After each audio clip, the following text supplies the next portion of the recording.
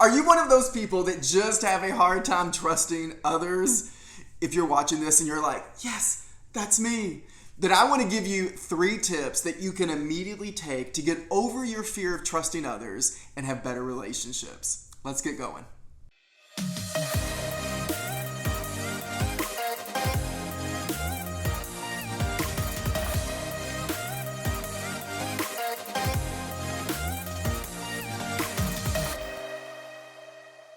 So tip number 1 is give a little, but watch a lot. And Dr. John Gottman, he says, trust is built in the smallest of moments. I love that. Trust is built in these really small, meaningful moments. So if you're somebody that is reluctant to trust, you're not just going to go out there and just blatantly give all your trust to people, nor should you. So I'm going to invite you to think about what would be giving a little. What would that look like for you in your life? Maybe giving a little is telling someone how you really feel. Maybe giving a little trust is sharing something really vulnerable that happened to you in your life. Maybe it's setting a boundary. Maybe giving a little is asking for what you want or need in the relationship. And then once you give a little bit of that vulnerability, that little bit of that trust to someone, then you watch a lot. You pay attention to what people do with the information that you just gave them. And based on their response, you will get to make an informed decision to say, okay, that person handled that really well. That they honor that information that I gave them. So that tells me I can continue to give a little bit more trust. And this is how deep levels of trust and intimacy are built over time. It's these small, meaningful moments. But if someone yells, gets upset, doesn't follow through, shares that information with someone else, and we're paying attention to that, and we're watching a lot and paying attention, then what it tells us is you can't trust that person. And then we can pull back, or we can say what we need to say. So we got to be able and willing to give a little, but watch a lot to what people do with the information and the trust that we actually give them. So tip number 2 is forgive, but learn the lesson. Now, y'all, that's really important. You got to learn the lesson after you forgive.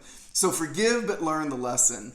So often our trust PTSD, it is anchored in an incident or incidents that have happened to us in our life. And unfortunately, what we're doing is we're trying so hard to protect the person that went through the incident that we don't even allow the person that we are today to show up and experience all the amazing opportunity that's available, because we're holding ourselves hostage to the person that went through the experience. I haven't shared this a lot. I remember my first partner ever in my early 20s, first long-term relationship. I found out about a year and a half into this relationship, this person was cheating and stole my checkbook and was forging my signature on my checks. Y'all, I'm so lucky. So I can laugh about it now. Back then, you know what? In the moment, I was hurt, confused, angry, upset, all of that.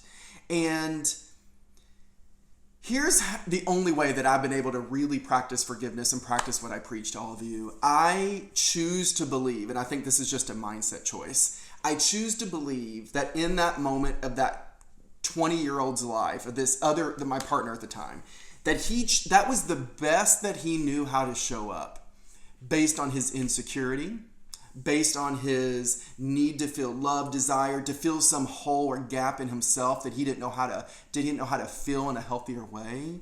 That was the best he knew how to show up in his lack of communication to express what he really needs and wants. And for that, I can forgive you. That doesn't mean what you did does not hurt. It doesn't mean it was moral, ethical, any of that. But I choose to believe that was the best you knew how to do, which is why you did it. So for that, I'm going to forgive you. I'm never going to be around you again. I'm not going to text you. I'm not going to try to get back together with you. I'm going to love you from a distance, but I'm going to forgive you. And I also had to be willing to forgive myself, because I saw signs way earlier and I chose to ignore them because I needed facts. I needed proof. And I think the lesson that I learned in hindsight was really trust your intuition, because I really knew something was going on. So when we don't forgive and we don't learn the lessons we need to learn, what we do is we just carry that baggage right on into the next relationship. And we think everyone else is going to be different, but so often we might repeat the same patterns over and over. And then what we do is we say, see, this happens in every relationship, and all we do is build our guard up more and more and more. And so I think it's really important that we forgive ourselves and the other people where that incident's really, where our trust PTSD is anchored. But we also got to learn the lesson that we need to learn so that we can show up differently in the relationships we're in today. So tip number 3 is choose trust over loneliness. And the way that you do that is by answering this question in every moment that you have to make a decision. I want you to ask yourself, what choice would I make right now if I was focused on building trust? See, when we have trust PTSD, so often we keep everyone at an arm's length distance. And that is emotionally exhausting. It is rooted in control.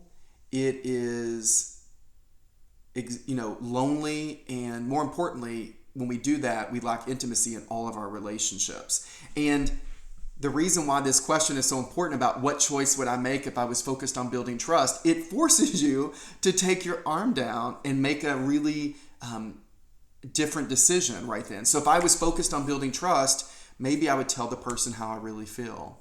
Maybe I would text the person back. Maybe I would come home versus going to a bar after work. Maybe for some of you, it's saying, you know what? I've started this relationship. I might get off certain social media apps so that I can build trust and see where this relationship goes. For someone, maybe it's saying, you know what? If I was focused on building trust, even with myself, maybe I would go to the graveyard and go have a conversation with someone that passed away and say what I never got to say to them. Maybe that's what you need to do to build trust for yourself. Life without trust is really lonely, and it is emotionally exhausting. Life with trust is super rewarding. So I don't know what all of you that are watching this video are going through.